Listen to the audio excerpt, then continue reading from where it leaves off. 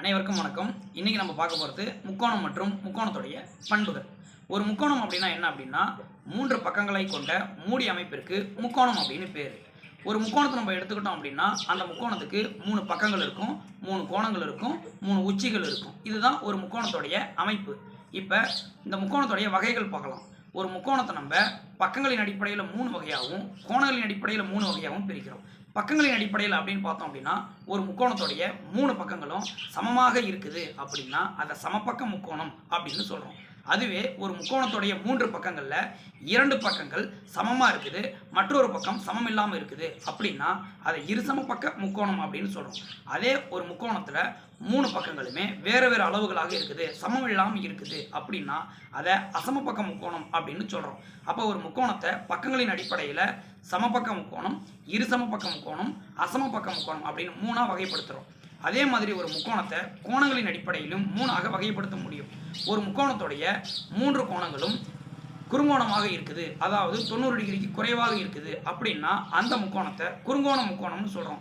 ஒரு குறுங்கோண முக்கோணத்தை நம்ம எடுத்துக்கிறோம் அப்படின்னா கட்டாயம் அந்த முக்கோணத்துடைய 3 கோணங்களுமே குறுங்கோணமாக இருந்திருக்க வேண்டும். இது முதல் வகை. இரண்டாவது வகையாக செங்கோண முக்கோணத்தை பார்க்குறோம். ஒரு செங்கோண முக்கோணம் அப்படின்னா 3 கோணங்களில், ஒரு முக்கோணத்துடைய 3 கோணங்களில் ஒரே ஒரு கோணம் 90 டிகிரியை பெற்று இருக்க வேண்டும், மீதி 2 கோணம் 90 டிகிரிக்கு குறைவாக இருந்திருக்கலாம். சரிங்களா?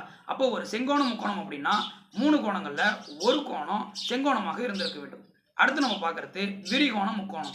ஒரு விரிகோண முக்கோணம் அப்படின்னா 3 கோணங்களில் ஒரே ஒரு கோணம் விரிகோணமாக இருந்திருக்க வேண்டும், மீதி இருக்க கோணங்கள் குறுங்கோணமாக இருக்கும். அப்போ ஒரு முக்கோணத்தை பக்கங்களின் அடிப்படையில் 3ஆகவும் கோணங்களின் அடிப்படையில் 3ஆகவும் மொத்தம் 6 வகையாக நம்ம பிரிக்கிறோம். இது மட்டும் இல்லாமல் ஒரு முக்கோணத்துக்கு இருக்கக்கூடிய சில பண்புகளை நம்ம அடுத்து பார்க்க போகிறோம். இப்போ நம்ம ஏ, பி, அதுக்கப்புறம் சி இந்த 3 புள்ளிகளை இணைச்சி நான் ஒரு முக்கோண அமைப்பை உருவாக்கியிருக்கோம்.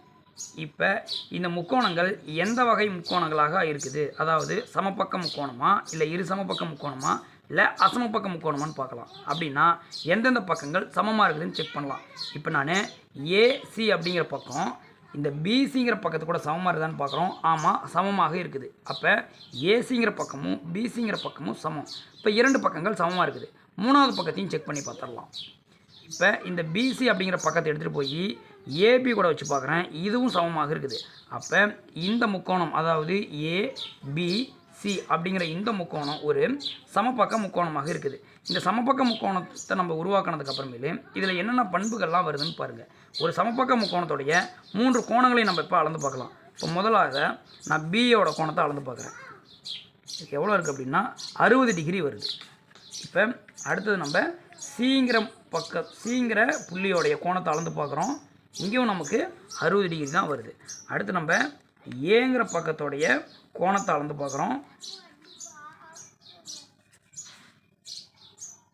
அதுவும் நமக்கு 60 டிகிரி தான் வருது. அப்போ ஒரு சமபக்க முக்கோணத்தை நம்ம எடுத்துக்கிட்டோம் அப்படின்னா 3 பக்கங்கள் எப்படி சமமாக இருக்குதோ அதே மாதிரி 3 கோணங்களும் சமமாகத்தான் இருந்திருக்குது. ரைட். அடுத்ததாக நம்ம இதே முக்கோணத்தை ஏபிடி அப்படிங்கிற இந்த 3 புள்ளியை இணைக்கிறோம். இந்த 3 புள்ளியை இணைச்சி ஒரு முக்கோண அமைப்பை நம்ம உருவாக்குறோம்.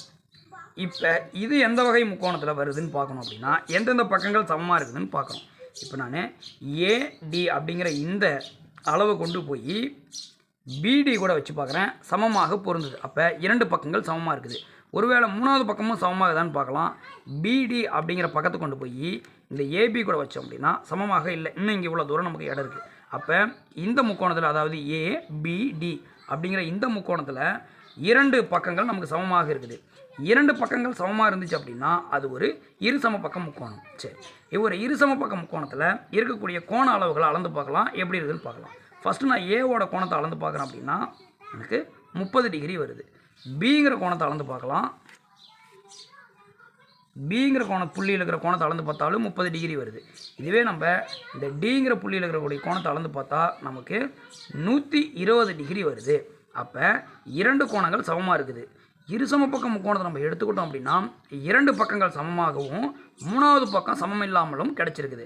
அந்த 2 பக்கங்கள் சமமாக கிடைச்சது அது எந்த பக்கம் அப்படின்னு பார்த்தோம் அப்படின்னா எந்த பக்கங்கள் சமமாக இருக்குதோ அந்த பக்கங்களுக்கு எதிரே உள்ள அந்த ரெண்டு கோணங்களும் தான் நமக்கு சமமாக இருக்குது. பாருங்கள், ஒரு இருசம பக்க முக்கோணத்தில் இந்த பக்கம் பிடி அப்படிங்கிற பக்கமும் ஏடிங்கிற பக்கமும் சமம்.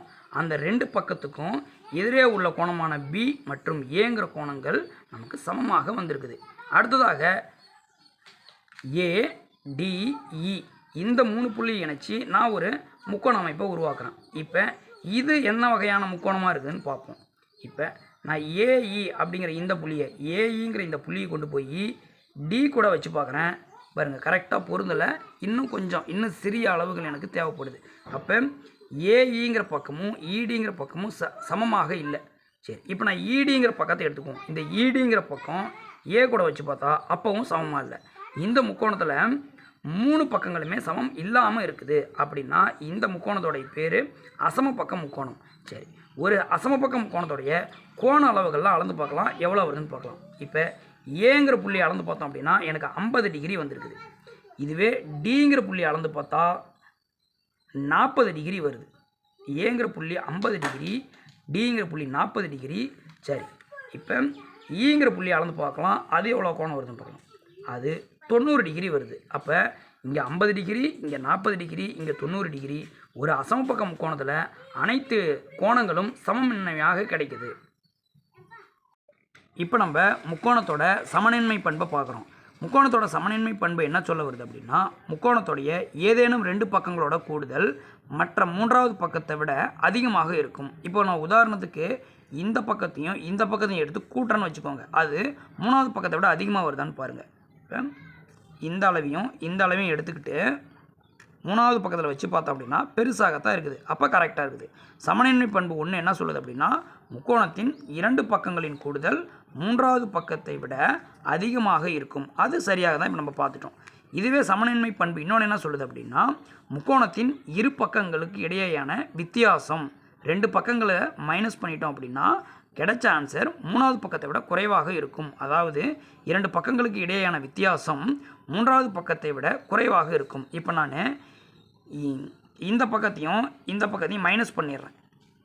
இந்த பக்கத்தை எடுத்து இந்த பக்கத்தில் கழிச்சிடுறேன். அப்படின்னா இவ்வளோ அளவுகள் போயிடுச்சு.